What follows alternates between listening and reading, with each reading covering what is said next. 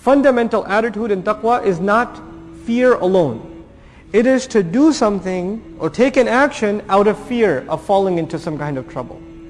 Fear is khawf, that's just a feeling. Like you hear a loud sound, you feel khawf. You hear a loud sound and you take cover, now you're doing taqwa. Meaning you took an action based on a fear. Right? This is taqwa. People give a lot of charity to compensate for their bad deeds. Right? So they'll give a lot of money to build a masjid, but they don't want to give up the liquor store either.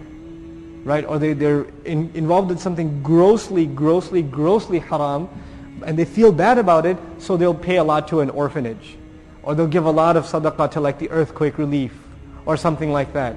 So they're giving, but they don't fear. Allah wants you to give, but Allah also wants you to have taqwa.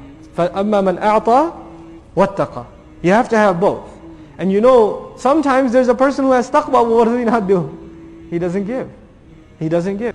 When an important person comes and shakes your hand, or a famous person or a celebrity of sorts, or an authority, they say, man, you know who talked to me today? You know who I talked to on the phone today? You know who came over to my office? The CEO of this company or that company. A big person gave you attention. Whose attention does this person want? فَأَمَّا مَنْ أَعْطَى وَاتَّقَى. He wants the attention of Allah Azza wa Jalla. That's where we find seeking the face of Allah towards the end of the surah. Right? But then they're afraid, just like there, إِنَّا نَخَافُ مِنْ رَبِّنَا يَوْمًا عَبُوسًا قَمْطَرِيًا. It is we who fear, no doubt about it, we fear from our Lord a day, a horrifying, a saddening, an overly depressing day. Abusan, very strong word used in that surah. Anyhow, coming back to this one, Ash-Shawkani rahimahullah writes, أي بدل, meaning this ayah means بدل ما له في وجوه الخير. He just gave up his money, just kept exhausting his wealth in all faces of good, meaning all kinds of good. He was looking for things to give give his wealth to. It was like, someone who really wants to make it big in this dunya, and they say, man, I got some money, I don't know how to use it. So they go to their business buddies, got any good business ideas? Where should I be putting my money right now? The market's kind of bad, where should I invest?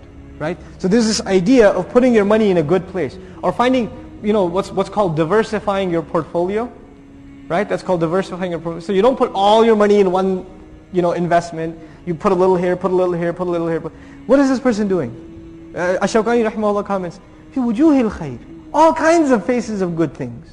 He's doing, maybe I should put a little here, a little here, a little here, a little here. So I have this diversified portfolio when I go to Allah Azza wa Jalla.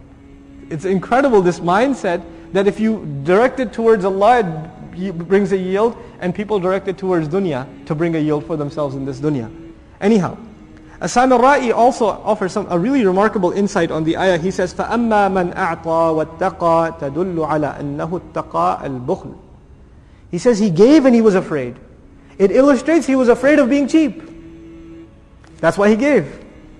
He gave and as he was afraid, meaning wow becomes haliyah. He gave as he was afraid, meaning he was afraid of becoming those who are cheap, who hold on. My teacher used to give this example about our relationship with Allah. When we give, is it really our money we're giving? Is it really ours? No.